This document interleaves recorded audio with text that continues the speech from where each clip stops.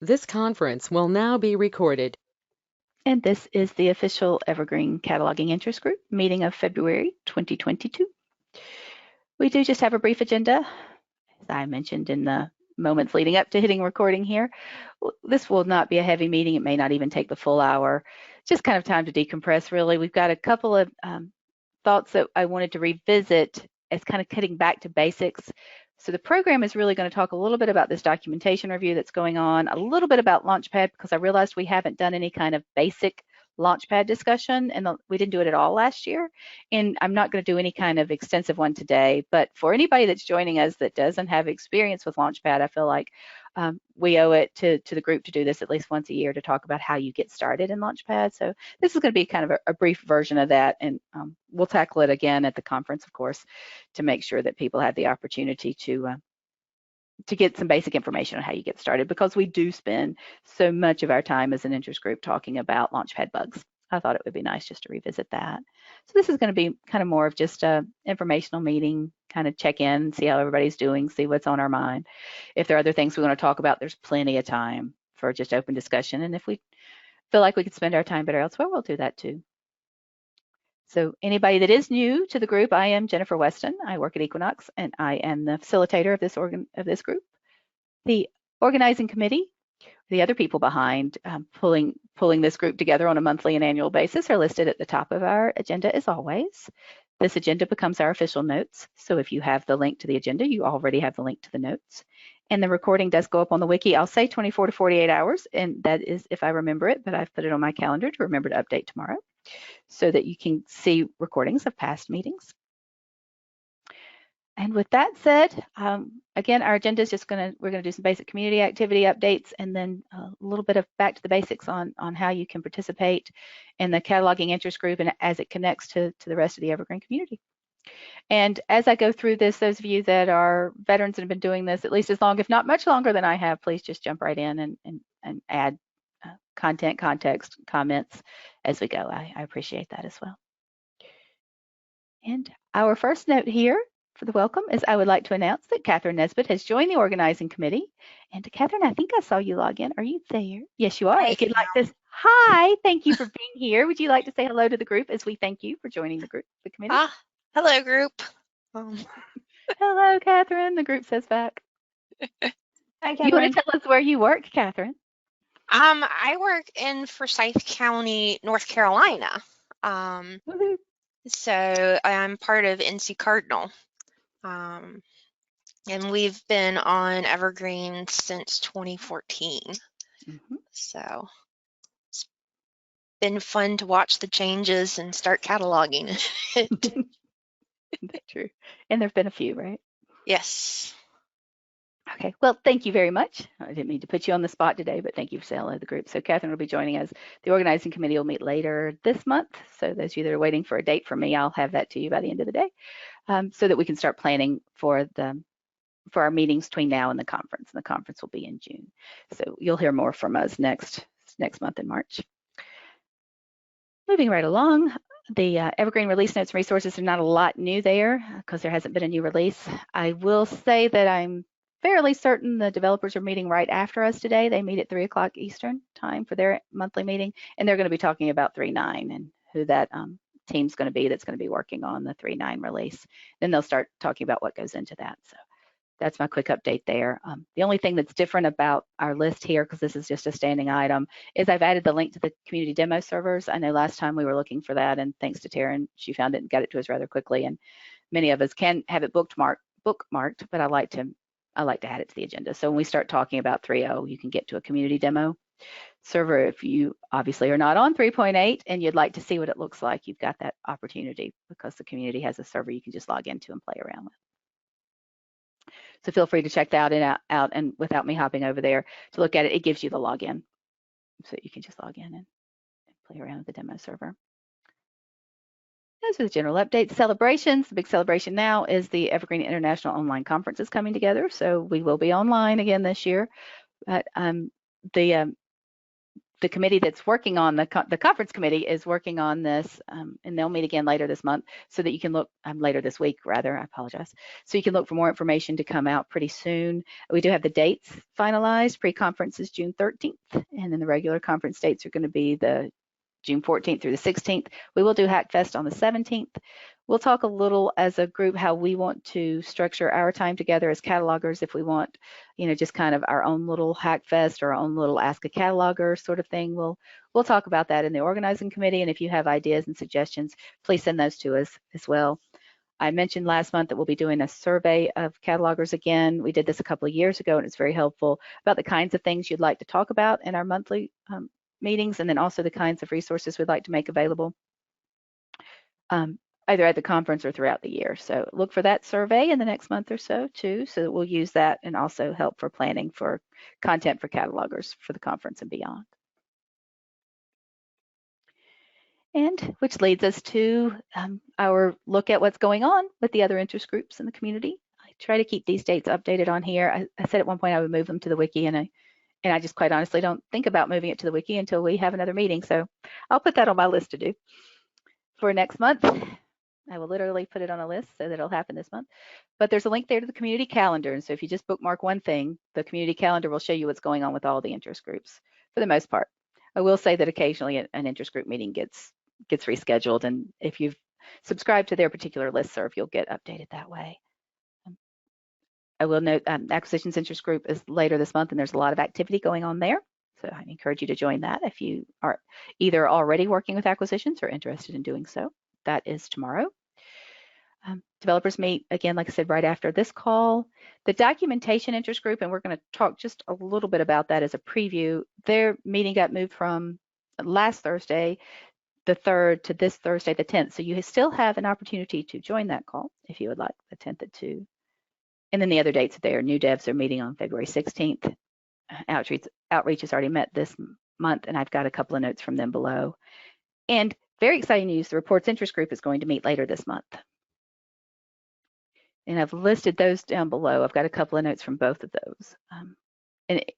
Andrew, you're here from Outreach. And I missed this month, so I don't know if you want to speak to some of that. I picked up some of the notes though, so I don't know if you want to say anything about outreach activities. Sure. Yeah, you got the highlights there on your notes about images and volunteers needed for the annual report. Otherwise, we're also kind of putting the finishing touches on a new, fresh, updated Evergreen community website, which we are hoping to debut also at the conference in June. And that's most of the news from Outreach. So yeah, send us pictures of your work setups, your office mates. There will be a few other community asks for the annual report, so keep an eye out on the general list for those as well.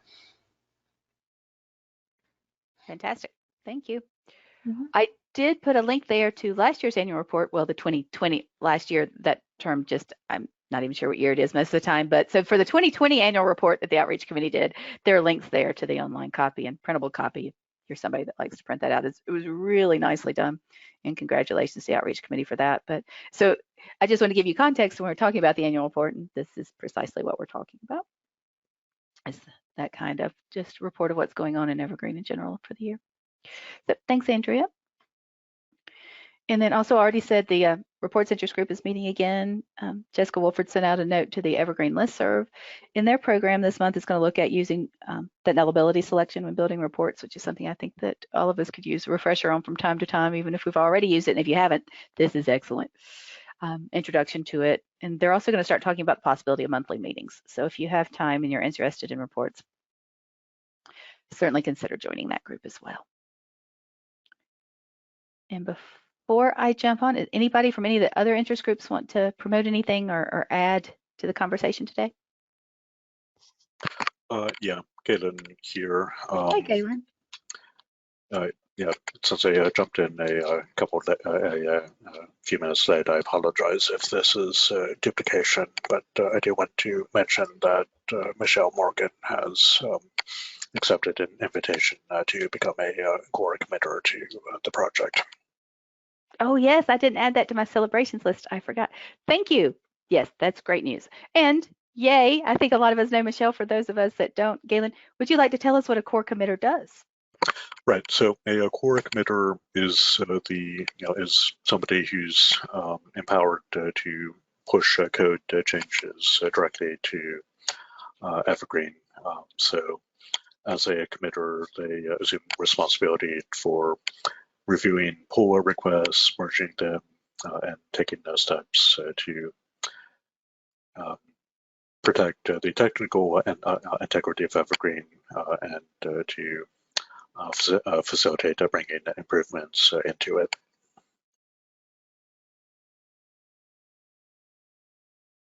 Thank you. And I'll capture that and I'll pull your announcement, add to our notes, just so it'll be there for anybody reviewing it later. And congratulations and thanks to Michelle and yeah, just sending that out into the cosmos. We're always happy to hear that we've got more people that are able to do that and to help move us forward a little bit. Thanks, Galen. It's great news to share.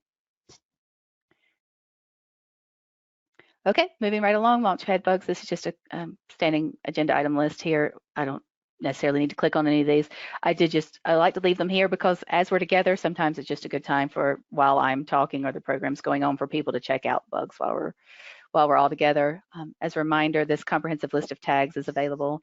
So if you want to see the different kinds of, well, tags that are out there for you to search from Launchpad Bugs, that was put together at the end of last year.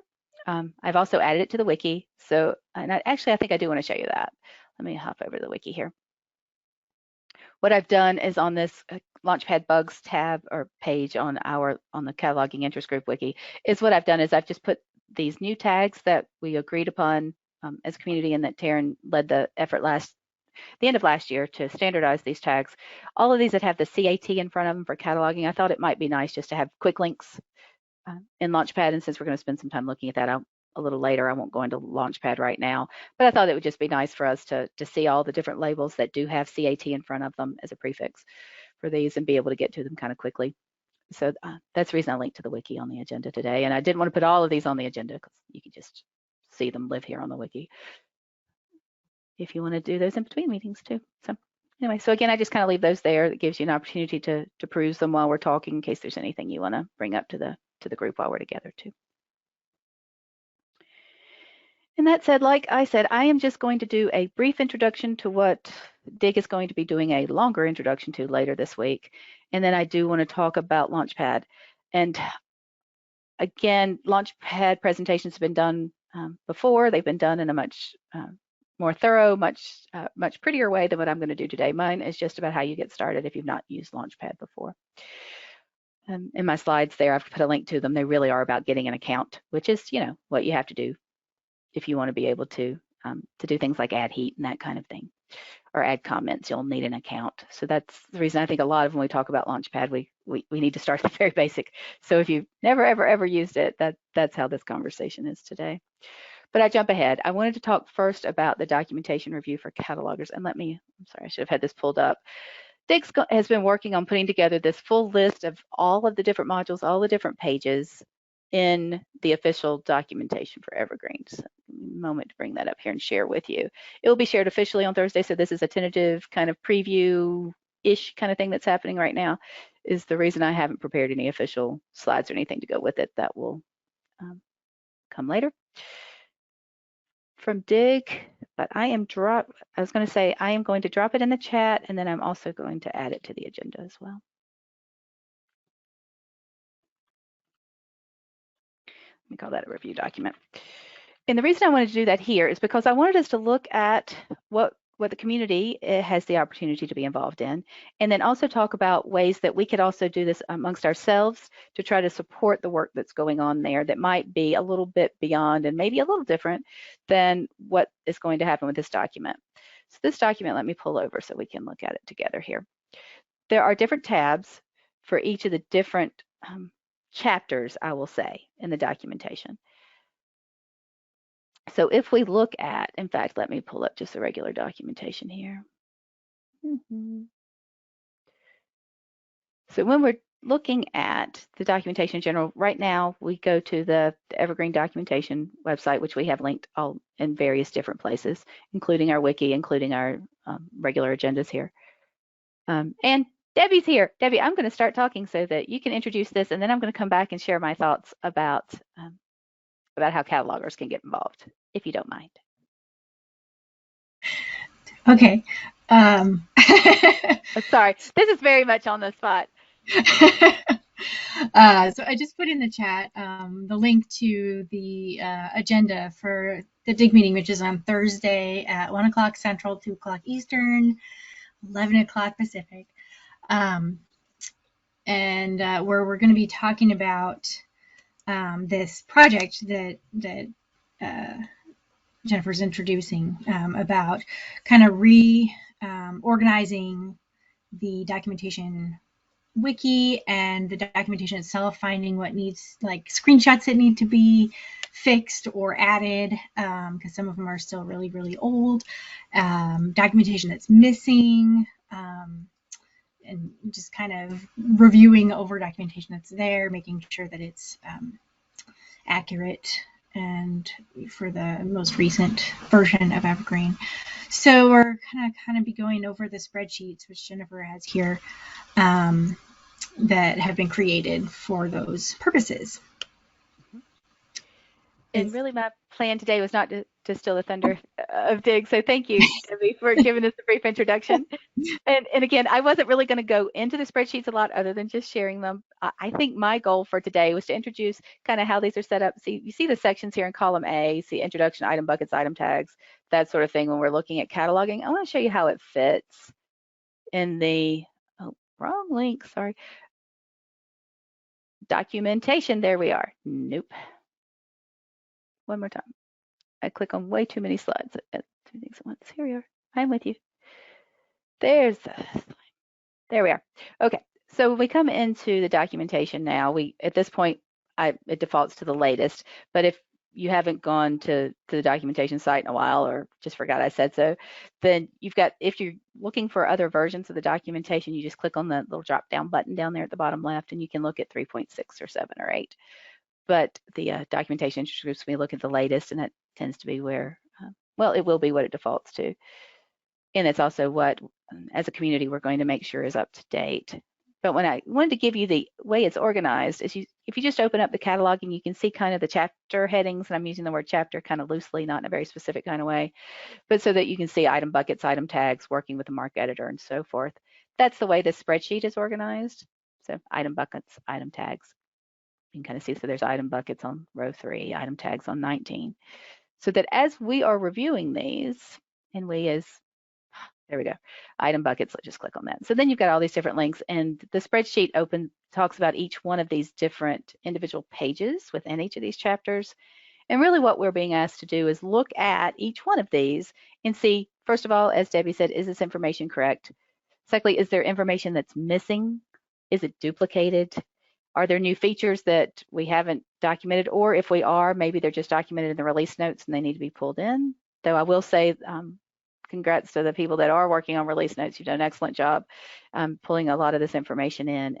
I just want to make sure that when we're reviewing it, we have kind of a good sense of what we're being asked to do, because it's a huge project and it's going to take us as a cataloging interest group to spend some significant time looking at this part of the documentation, especially as we move into 3.8.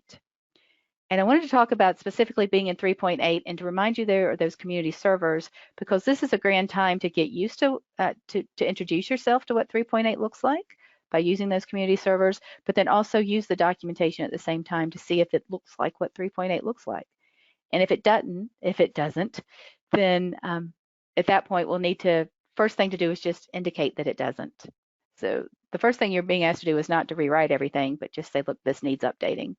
Beyond that, if you think it needs a screenshot and you can provide a screenshot, then certainly you're encouraged to do that. Now, Dig will talk a little more on Thursday about how to contribute that information, and I didn't want to do that today. What I wanted to do is to use this time as an interest group to talk about ways that we can share our own questions kind of outside of this a little bit.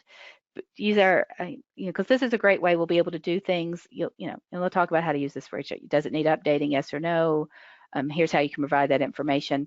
I would like to give us as catalogers one more layer of kind of a review opportunity. And in doing so, I thought I'd just create a quick Google Doc but I wanted input from this group about that just will allow you to just jot notes down, because sometimes I think if I can just jot a note down, I'll come back to it, as opposed to if I have to structure my thoughts sometimes, I will put that on a list to be done later, as opposed to if I can just jot something down. I used to work with somebody that always would look at me and say, jot that down, as if that was my job for the rest of the world. But in a lot of senses, just jotting it down has come to be how I remember things. So I would like to do that for this group as well. So if you are turning to Evergreen documentation and you find that something's wrong or missing, and I'm just going to stop at those two things, then I'd like to give us a Google Doc to be able to do that. But I wanted feedback, and turn on your microphones or use your chat box, whatever works best for you. If I provide a Google Doc, is this something you think that would be useful? Because I'll create one for me, but I don't want to keep providing lots and lots of different things out there if we think that you'd rather just have one place to go to, that being the dig document, or if you think you'd rather use the listserv. So my question is, would a Google document be helpful to this group to be able to just jot things down as we have questions about what's going on in documentation or suggestions? And as you're all responding to me, I will make a note that I will say that whatever comes of that will not just stop there. Then I would take it, to make sure that all those notes get formulated in such a way that it gets passed to the documentation interest group. It wouldn't just be a parking lot that nobody looks at. So now I'll stop and see if anybody wants to comment on that.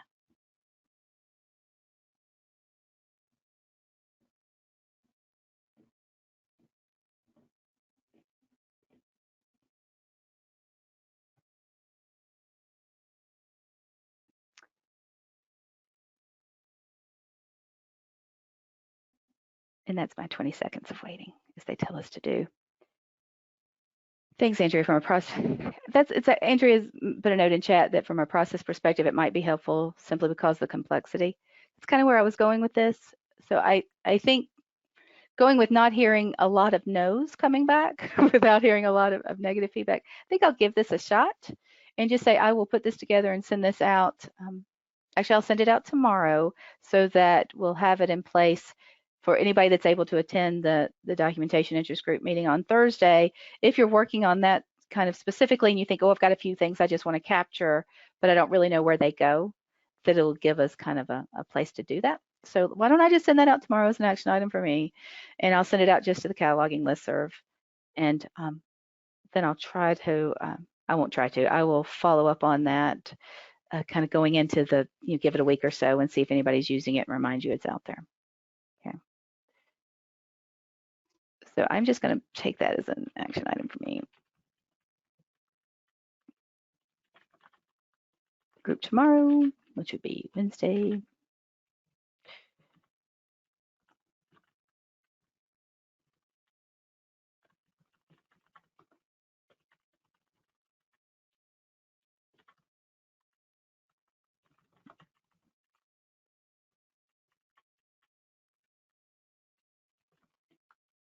Okay, there's my note. Thank you for being patient with me while I take notes there. So it'll come out. And again, I would just encourage you to, if you haven't gone back to your documentation in a while, or as is most likely, you probably have your own, a lot of your libraries have your own documentation, of course. So if you're finding that you have documentation that's more up to date than what's in the official documentation, feel free to say that too, because there's a lot that can be done to pull from your documentation so that we don't have to recreate it if you want to share that. And I know that that's another conversation we've had from time to time about sharing our individual documentation. Several of you have been kind and generous enough to say that you wouldn't mind me publishing links to your documentation on the wiki. I need to revisit that as well and make sure that that I do have the links that you've said are okay to share, and I'll get those in place by next month too, so that we can at least share what your libraries have already created. But I won't do that without following up with those of you that said it was okay originally. And originally, I mean last year's conference. And that said, I'll move on from documentation interest group or documentation review unless anybody has any questions or comments on that. Okay. Feel free to continue to put notes in chat. And then Launchpad for catalogers. And again, I'm not sure if there's anybody on the call today here who does not have a Launchpad login. which is one of the reasons you never really know who the audience is out there, and I want to work on all of us getting to know each other a little more this year too. But for right now, instead of saying, trying to go through the 28 people that are here and asking you each to introduce yourself, I am, hi, Deborah, thanks. Just got one, so it's new to me. Fantastic. So at least we have one person that it's new to.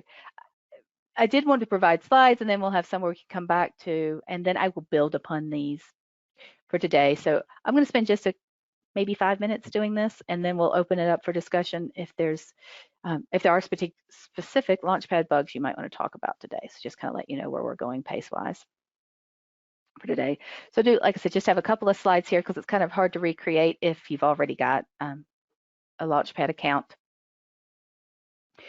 And I created a new one today just to be able to do this using an incognito window. So I could get some screenshots here, and that said, let me just go right into these slides. These slides are changed there, are shared there rather. Here on the Launchpad slides, we've got the link to resources. There's some really great resources out there already. We talked about some of these last month, and I've just linked them here again. These are also linked on our wiki as well. Just some good stuff from the bug squashing wiki page that's there. The more information about Launchpad kind of gives you tips and tricks on how to use Launchpad. This is from the Bug Wrangler documents, and I'll talk about what a Bug Wrangler is here in a moment. And then great presentations that Andrea's done and that Taryn did for us last year too. And I'm sure there are more presentations out there too that I'll dig up and put there, but these are some of our foundational ones there. This handout from Taryn is great. It provides some really great slides, great examples, as well as how to, if you're become involved in bug squashing and you want to sign off on something, that kind of thing, you can, or if you want to subscribe to something, you can. So I encourage you to revisit these resources from time to time because they're excellent. And so thanks to Andrea and to Taryn for making these available to us. And they're still all very current information, even though 2018 now seems like a lifetime ago. Everything that's there is still the way Launchpad works. So all I really wanted to introduce here today is if you do not have a Launchpad account, how you get a Launchpad account. And there's simply this login register button at the top here. Let me make that a little bigger so we can see it there. So if you go to just the URL there to go to Launchpad Evergreen, and you can just search bugs without having an account. But if you want to be more active in the Evergreen community, especially in the cataloging community, you want to do things like add heat, which we talk about a lot, don't we, in our calls and on the listserv. You really kind of need an account if you want to do that. It's free. Anybody can do it. You don't have to go through a particular association or organization to do that. You simply just register. And when you do that, it'll bring up this Ubuntu account.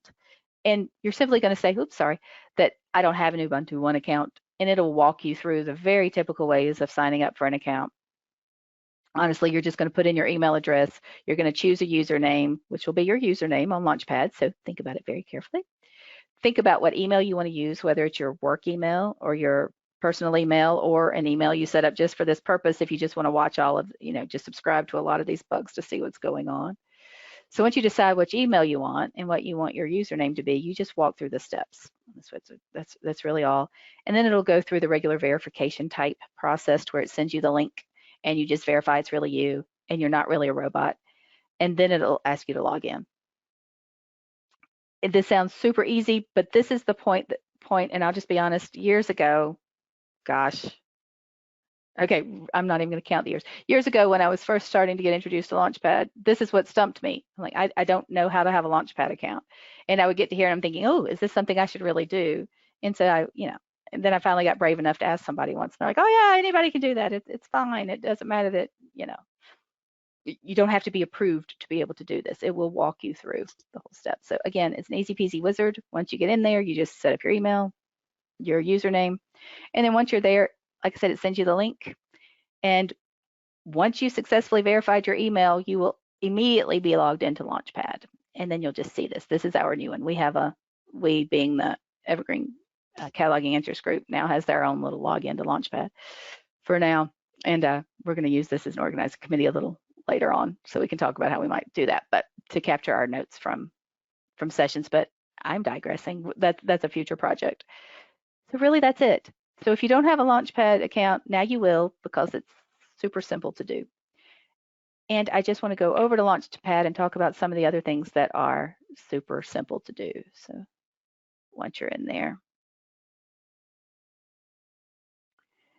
And this is that same link that we just shared. So once you have an account, if you don't log out, and I tend not to, I tend to just always be logged in, but you can log out and log back in on a regular basis if you want to.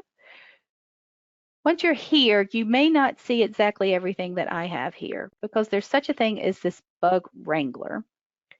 And you can see this list of bug wranglers here. Not everybody that signs up for an account is automatically a bug wrangler. The difference is what you'll see right away is just a couple of little things, honestly. When we talk about doing things like being able to confirm something, for example, let me just go to something that needs confirming. I'm not actually going to confirm it. But if you were to click on one of these links, and some of our conversations in the cataloging working group will say, well, this one needs to be confirmed. You'll hear that a lot. If you're not a bug wrangler, and please, if I'm misspeaking, I hope somebody will point that out. But I believe that if you're not a bug wrangler, you will not have this little edit pencil looking thing there to be able to change the status. So if you're brand new to this, I don't think you see that. You can confirm. You can There's confirm. some status, yeah. You Okay. can't, there's some statuses you can't set, but you can confirm. You can confirm. Okay, great. Yeah, you can't, I think, do milestone targeting or importance unless you're a bug wrangler, but you can confirm. Okay. Let me log in with my new account that we just created today. Hold on, give me a moment. So I'm hoping we can just kind of follow along. Are there other things then, if you're not a bug wrangler, that you can't do while I'm getting logged back in here?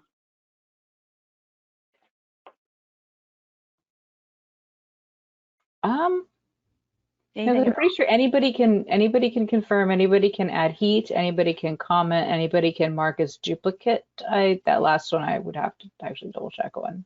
But I'm pretty sure that anybody can mark as a duplicate. I think it's just setting importance and targets.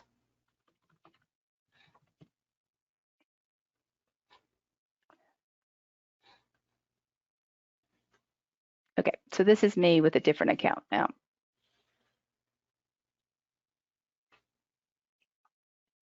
And it's been so long since I've actually set one of these up.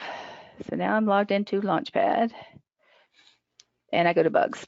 Okay, let me make this a little bigger. No, that's plenty big. And that's a bug report. I'm just on regular, okay, now I'm just wasting everybody's time because I'm just logged into Launchpad. I'm not logged into anything else. Let's go here instead. There we are. Now I'm logged into the Evergreen Launchpad and not just Launchpad. So if I'm in here and I go to new,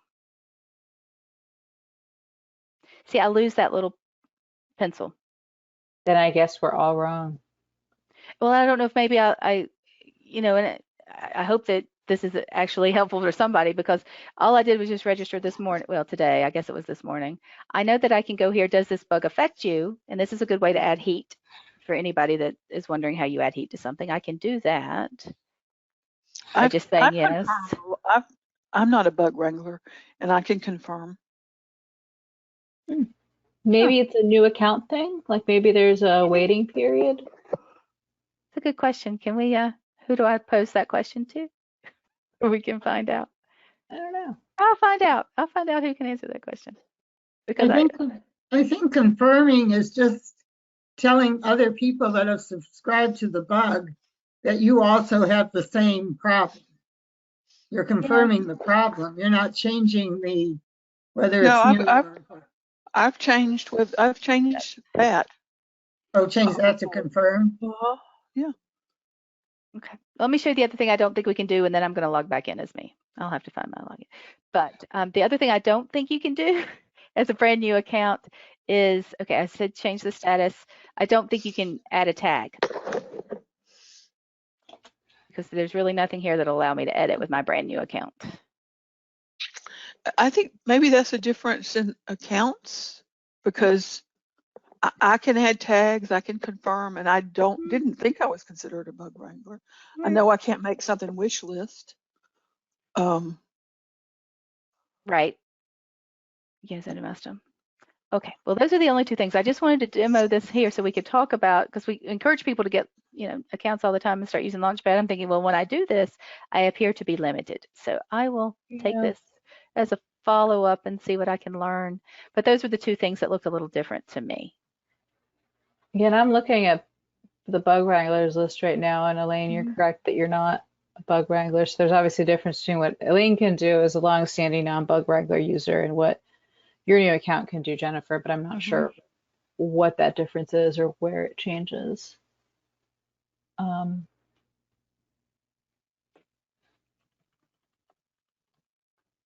of course, I'm just going to have to try to remember what my old account is now that I've done this. Keep talking while I look up my old account, because I don't have them saved. Okay.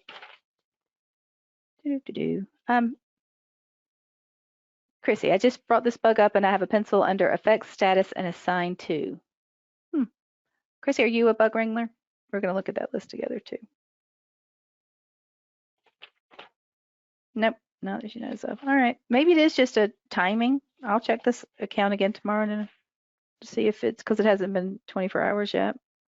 Yeah, it might just be something like that where there's like, a cool off period or something between when you register the account and when you can do that. Because I don't see Christy on the bug wrangler list either. And it's been so many decades since I created my Launchpad account that I don't remember, if that might be something that one of to check in with one of the devs too. Somebody who's more familiar with Launchpad in general might know about that. We can see that I just had to spend forever trying to find. Okay, that's me. Yeah, okay, because I think that we're talking about bug wranglers. That's this list over here. And I won't bother opening it up now, but yeah, so it sounds like that. Say there's the little thing. So Chrissy, you say you've got a pencil under status, effects, and assign to. And there's an important. Yeah, I do. The only thing I can't do is change the importance. Okay. And I wouldn't dare, even though there's a little myself, even though there's a pencil there. Oh, and I can't do milestones either. Right. Yeah. So. Okay.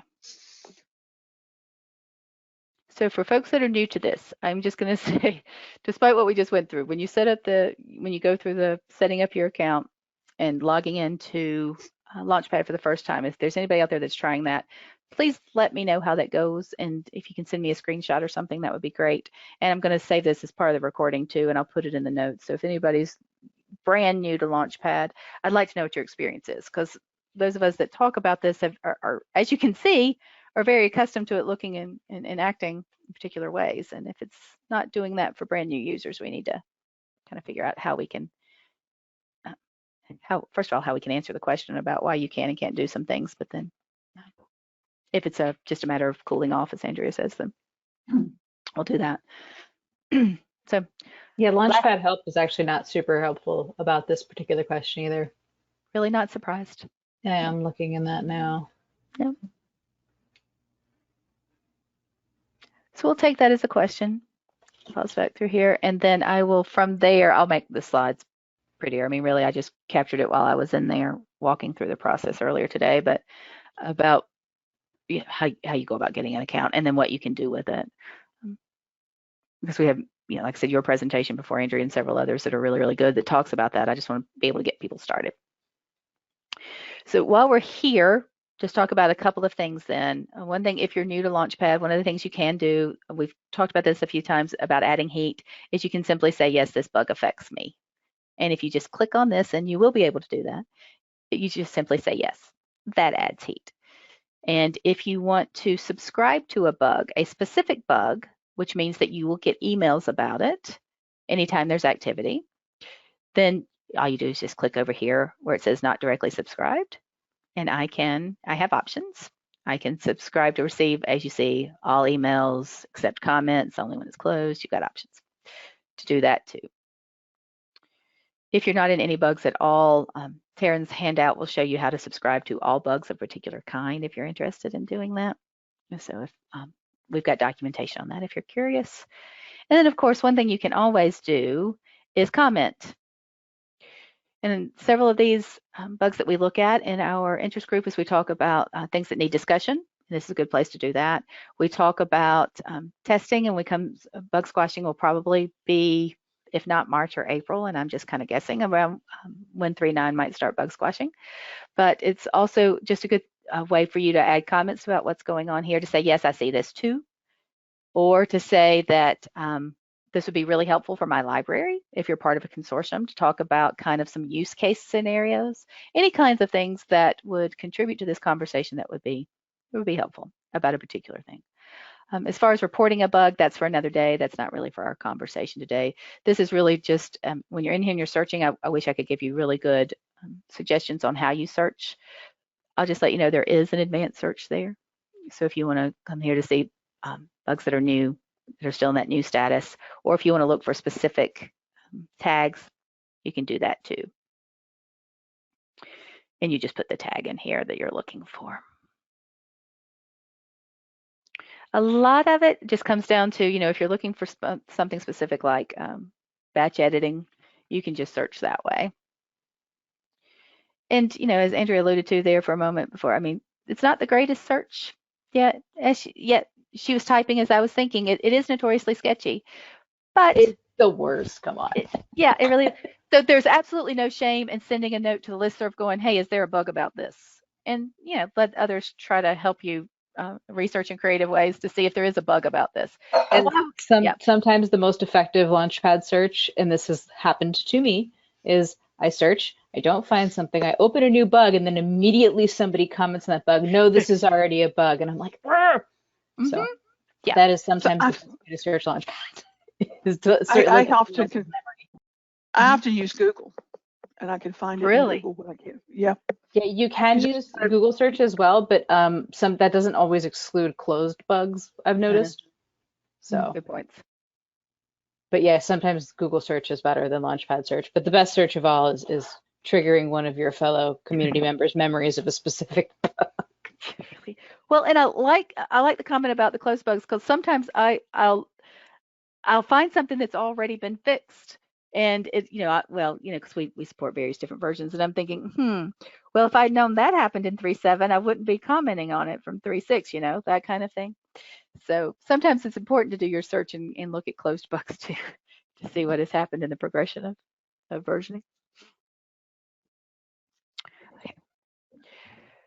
So again, my goal for today was just to say, anybody that's brand new to Launchpad, to make sure you can get in, get an account, and then, if you have questions about finding your bugs, and why would you even want to see if there's a bug? Well, if you find some kind of behavior that you think needs to be addressed, or you have a wish list idea, that sort of thing, which leads me to say this, and I should have done that at the beginning. Launchpad is not an order delivery service. Launchpad isn't something, if you put it in Launchpad, it's automatically going to happen. Launchpad works for the community in a variety of ways. The one being to be able to communicate with each other about what our thoughts are, of course. So if we find something that we think is not working the way it should, this is a good place to put that. And so then we can all test it out and confirm whether it is or not. If you have a wish list idea about this would be really cool, yeah, you can start a Launchpad bug and start that conversation and start then saying, well, here's my use case, this is what I'm thinking. And we've talked at different times about how that can then lead to kind of documenting what that wish list, more structure around what that wish list is, the kind of development that's wanted. But ultimately, it takes putting funding behind that, or putting a library's resources, asking their developers to prioritize doing that. One of two things has to happen. So either a library that's involved in the Evergreen community, or an organization that's involved in the Evergreen community prioritizes that to say, hey, this is what the developers that we pay to do our work, this is what we want them to do. Or you come together as a group, like there's the ECDI, the Evergreen Community Development Group, that does this kind of on a regular basis. It looks at all the various projects that are out there and to look at prioritizing what might need funding as a community. So it's just important to say, just because it's in Launchpad doesn't mean it's going to happen. If it's not in Launchpad, it's definitely not going to happen, is the reverse of that too. So it's a good place to start a conversation and then to see what interest is out there, or even see if kind of this road has been traveled before, about how we might have evolved to where we are now. And you'll start to see some of that history in some of those older closed bugs too. I love it when we have a needs discussion tag on these, and you can just go through and it's comment after comment after comment about how a library is or isn't using a particular feature. That's very, very valuable to do at this stage before development actually happens. And if you'll find developments underway and these questions are being asked, that's the time to chime in, because after it then makes its way through testing and into a release candidate, and at that point, of course, we're just kind of testing in a production kind of situation, which is where we'll find with every new release. It's very much to be expected. So 3.8.0 is our latest one, and you'll find various Launchpad bugs related to how it's working and comments on things that might need to be done to improve that or alter it in some ways. So that's my 3-minute spill on what Launchpad is and isn't, in addition to how you can start interacting with it. And I see Mary's note here about you subscribe to the Evergreen Bug email list and sometimes find it useful to search your mail. Absolutely, good point. To search your email. I have all of mine going to a particular folder, and so I have to remember to also search mine. Otherwise, I'll miss them. Okay. Again, this is just kind of a reset, kind of back to basics month. Next month, we'll start back with regular presentations, genuine presentations. Again, this is a conversation about just the kinds of things that we can do to get involved and kind of what it looks like as a newbie. We do have about 10 minutes if there's anything particular we wanted to talk about or any particular bug we wanted to highlight. Elaine, I will say I added that list from last month that you found in Pines with your testing at 3.8. So those are actually on the wiki now, if anybody wants to revisit those. Thanks. You're welcome. I wanted to make sure they were there for others to find and not just in our agenda and our notes. And thank you again for being a library leading the way testing out 3.8 in real life, as they say. We were on the bleeding edge again. We try not to do that anymore. Well, whoever is on the bleeding edge, we always appreciate that. Anybody else have a specific Launchpad bug or anything about the group that you might want to talk about in the last 10 minutes or questions? Again, this is the time if you're new to the group or just have a burning question, you think, how do you do this kind of thing, that we might be able to toss around a bit. So Launchpad isn't just for bugs. It seems like it comes across as being for bugs. Is it also for wish list for enhancements? Yes, indeed. Okay.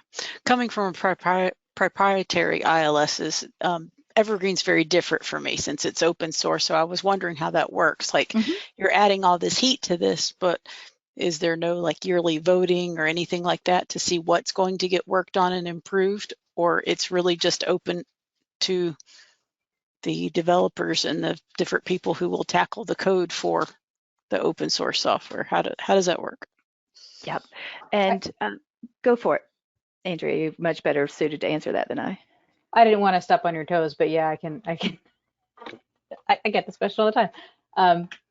And for those of you here who don't know me, I'm the project manager for software development here at Equinox, and so we work with a lot of development on the Evergreen side of things. So we're of course far from the only people to do so. And for feature development, a lot of times that's bigger projects, and so it tends to happen either at the behest of a developer who want to, is doing a feature. Sometimes developers who work for libraries specifically are working on features that are important to their library, or people will contract with a developer or an organization like Equinox or one of the other service providers in the Evergreen world to specifically develop a feature. But in general, a lot of large feature work doesn't quote unquote just happen. It happens because a library has a specific need to do so, and they have on staff development people to do that, or they contract with somebody to do that. So that's usually how that happens. So for example, a lot of the Angular staff catalog work has been done by Bill Erickson, who works for King County Library out in Seattle. And that's because that work has been, at the behest of King County, who wants those changes made. So Bill works for them and he makes that change. At Equinox, the feature development we do tends to be for the most part customer driven. So a customer comes to us, or a Evergreen person comes to us and says, hey, I would like this feature, and we contract with them to produce that feature. Occasionally we will come out to the community and say, hey, here's the thing we want to do. Is anybody interested in funding this? But most of the time it's coming from the community. So. Okay, thank you.